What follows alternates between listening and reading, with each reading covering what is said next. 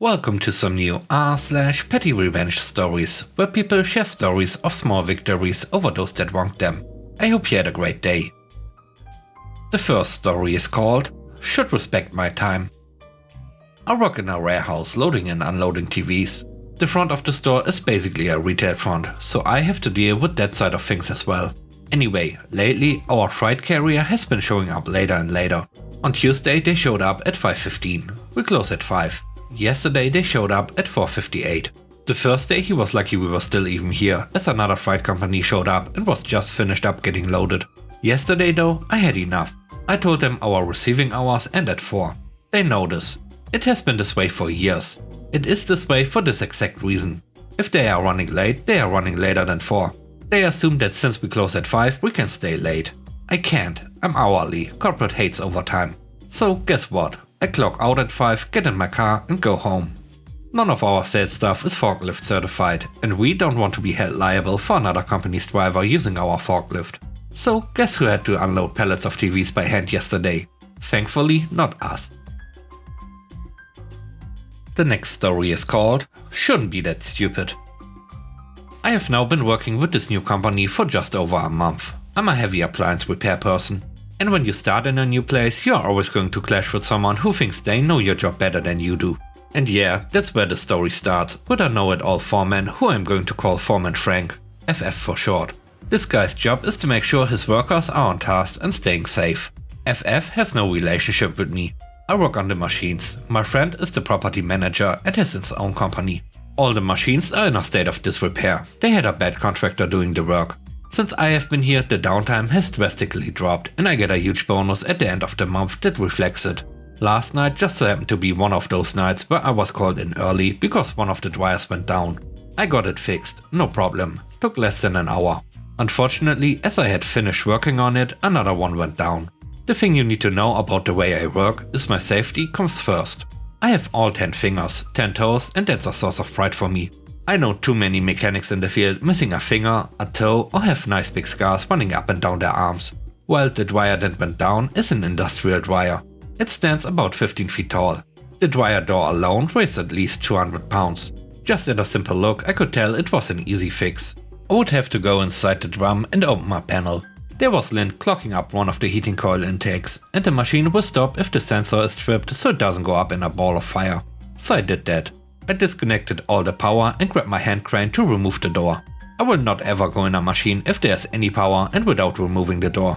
Well, FF sees this and stomps over to me. The guy is in a huff because the machine is down, and I tell him what I'm about to do and that it won't take long. On a side note, the place can run at full capacity if they have 13 of the 14 dryers up and running. Well, my answer wasn't good enough for him. In his words, the old mechanic never removed the doors. I responded that, yeah, well, the old mechanic was an idiot and that's one of the many reasons he no longer has the contract. The guy flips out on me, saying he needs the freaking machine up and running. That he could easily get it up and running, he goes in all the time to pull lint out. That will sometimes work, but none of the machines have had a proper cleaning in years, so the panels need to be removed and cleaned. The guy is flipping out on me and says I'm ruining his production time and tells me he will just do it himself. There's no point in wasting time removing something like a door. I radio the office and say I'm having an issue with FF, I'm coming to talk to them. FF climbs in the dryer and calls me an idiot. I almost punched him, but had a better idea. I bump the machine as I walk past and head to the office. I hear a big thump as I'm halfway across the floor. I look back and in the corner of my eye I see the door of the dryer had slammed shut. These dryers are at least 40 years old. There's no way to open them from the inside. Well, you can if you have a screwdriver. I walked away, went to the office and talked to them for half an hour. They decided to come down and have a chat with FF. No one on the floor knows where he is and he's not answering the radio. Because of all the copper in the dryer, the radio signals don't get out. I say, oh, the dryer's door is shut, and the office manager is like, what? Come with me, he's stuck in the dryer. We get to it and the guy's face is white as a ghost and he's hiding the front of his pants. FF got reprimanded by the office and had to do a walk of shame to his locker. I don't think he's going to be like that at me for doing my job properly anymore. The third story is called Won't Let Me Participate. This happened years ago. It was my first semester in college and my first lab ever. At the beginning of the class we sat wherever we wanted and those who sat next to us would be our lab partners for the rest of the semester. I was the first one in the lab, and two dudes sat next to me a few minutes later. The lab started and all was dandy, with the only exception that they weren't allowing me anywhere near the equipment and weren't even acknowledging my presence in the room. Throughout the first half of the semester I tried participating, but everything I'd say would go disregarded. Part of me didn't really care, since I was still getting the data and the lab reports were individual, but the other part of me was furious by the fact that they considered me inferior to them. After the second midterm, they happened to sit next to me during our lecture, and they were discussing their grades. One of the guys looked at me and with what felt like a mocking tone asked me what I got in both of my midterms. I casually stated 100% and they looked at me more surprised than I expected, but I let it go. After that they tried including me more in the lab and I uncomfortably participated. The semester ends, the new one begins and we are taking Physics 2 together. We have the same freaking lab again and they sit next to me. They ask me what I got in my final and I say 100%, then ask them what they got. One of them passed with a C, the other with a B. I get up from the table and say, I'm going to go sit with them. Point at a different table, they look smart. I get up and sit with these very nice girls. They both laugh, followed by an ouch. The type that is lighthearted recognition that they were jocks to me. We actually became good friends after that. They apologized and we studied together for the rest of the semester. The next story is called A Battle of Snow. I live in New York City and park my car on the street as most people do. I had a Mustang GT and we were supposed to get a blizzard. I parked my Mustang, in front is a driveway and behind is another car. We got like 15 to 18 inches of snow. I expected to have to dig out my car and the front to be dug in from the driveway. The person who owns the driveway and the house decided to hire day laborers and remove every snowflake. But not only from the driveway but also the front and backyard, and they dumped it all on my car. It took me 90 minutes just to get to the door. As I was digging out, he comes out and laughs and says, yeah, I hired a few guys to remove the snow and I think they didn't have a spot for it. I was so mad and ready to fight, but my friend decided he had a better idea. We rented a Bobcat skid steer loader and waited for the night. At around 11 PM we went out, dug every car out on the block and took all the snow, dumped it in front of the driveway on city property and packed it. The snow hill must have been 10 feet.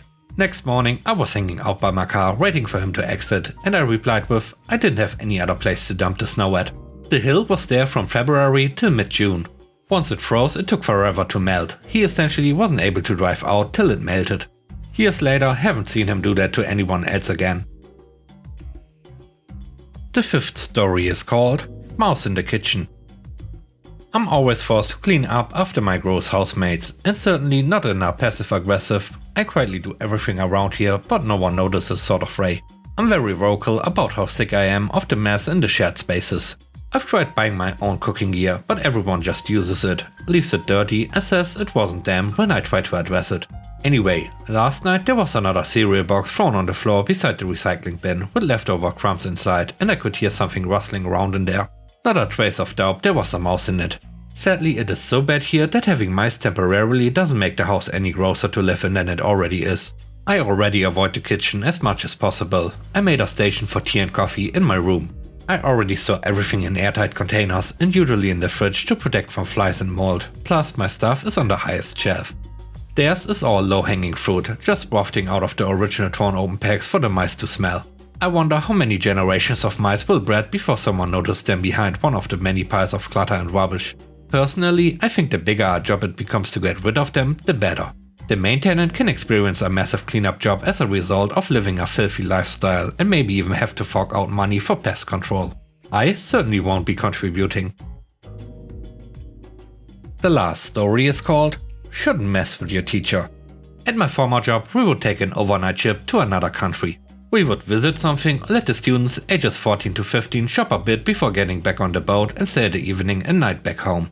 Parents and pupils alike were informed early on and given information along with my email and websites where to find more information. The students loved it. For many of them it was the first time away from their parents and sometimes even the first time abroad. The advantage of the ship is that they couldn't get lost and it was easy for the teachers to keep an eye on the pupils. We teachers had portable radios, allowed by the crew, to communicate in case someone was needed. The week before this there's a meeting with all the pupils coming on this trip as well as the teachers. We were discussing the daily schedules of departure trip, excursion itself and return, the rules on the ship, where they could shop and of course sleeping arrangements. We understood that they were excited as heck for this trip and told them that cabin time was 11 PM at the latest. 11:30 PM, lights out, and the teachers didn't want to hear anyone outside in the hallways. If you as a cabin decide not to sleep until the early hours in the morning, but do so without disturbing those who want to sleep, fine with us. We will wake you up at 7:30, no matter what. We give the advice that if you wish to stay up late, to do so on the return journey. When we come back home, you can go home. No lessons, just weekend, and time enough to sleep. In true teenage fashion, most heard us but didn't listen. So the departure day is there. We get on the ship. Pupils dump their stuff in their assigned cabins and go do their thing. They have fun, eat, mingle with each other while behaving wonderfully. We teachers get a copy of every single cabin card in case the pupils lose them, emergencies, and for the wake-up service. As the only female teacher in a group of male teachers, I had the luxury to have a 4-person cabin all to myself. Kids and coworkers alike came to hang out when I was there, and we would drink our drinks, share some snacks, chat, and get to know one another on a whole different level. Cabin time comes, everyone is in their cabin on time, gets in bed and is generally quiet. Apart from one cabin, the one next to mine. They need to be warned multiple times by multiple teachers. They continued to make plenty of noise deep into the night. Multiple times they were told to calm down. If they wish to stay up late, fine, but 3 rules applied. You let those who want to sleep sleep, whether or not they are your cabin mates or the people in the rooms next to you. You know the program of the next day. It is intensive, you will need your energy. We will wake you up at 7:30, no matter what. The reason for this was to keep us somewhat decent sleep schedule so they would have fewer problems at home. They still don't quiet down. At 4:30 I have had it. I've barely slept and tomorrow I'm in charge of the whole thing. I once again put on my glasses, a vest, grab the key for their room and go into the hallway. I throw open the door, point at 3 of them and tell them to get out in the hallway. One was firmly told to go to sleep.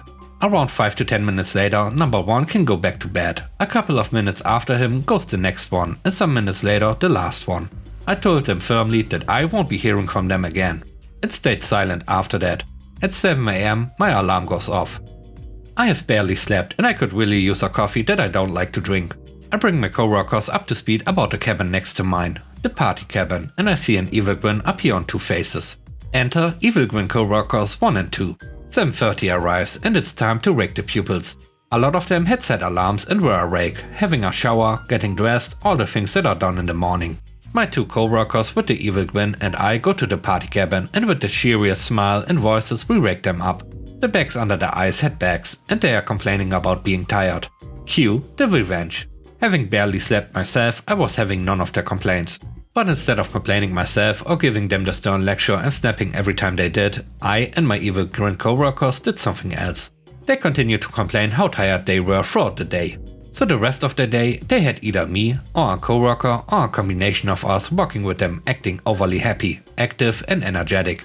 They did not like that. We continue to do this even after we get on the ship and the ship has gone on its merry way back home. Now remember, they can't have a nap but can go to sleep after dinner. The 4 little party pupils had completely forgotten this. They are exhausted as can be and at around 2015 they asked, no, back if they can please finally go to sleep. We put on a little show on how could they have forgotten the time they can go to bed. But seeing their faces we told them they could have gone after dinner, so sure, go ahead. They went to their cabin and the rest of the evening and night it was nice and quiet. We went to check in on them later to see how they were and they were fast asleep. Thankfully I could get some sleep myself this night after surviving this day on 1 hour of sleep and 3 power naps. The next morning they woke up nice and refreshed and they even thanked us for everything. We had quite a laugh with their parents when we told them the story. They could see the fun of it as well and admitted they would have probably done the same. Lesson: never mess with teachers who are sleep deprived and want to teach you something else than their subject. And with that we end today's video. Let me know what you think about the stories. On a scale of 1 to 10, how would you rate the stories and today's video? I hope you enjoyed the video. If you did, please don't forget to subscribe and hit the like button. And I hope you have a great day. Stay safe. Bye bye.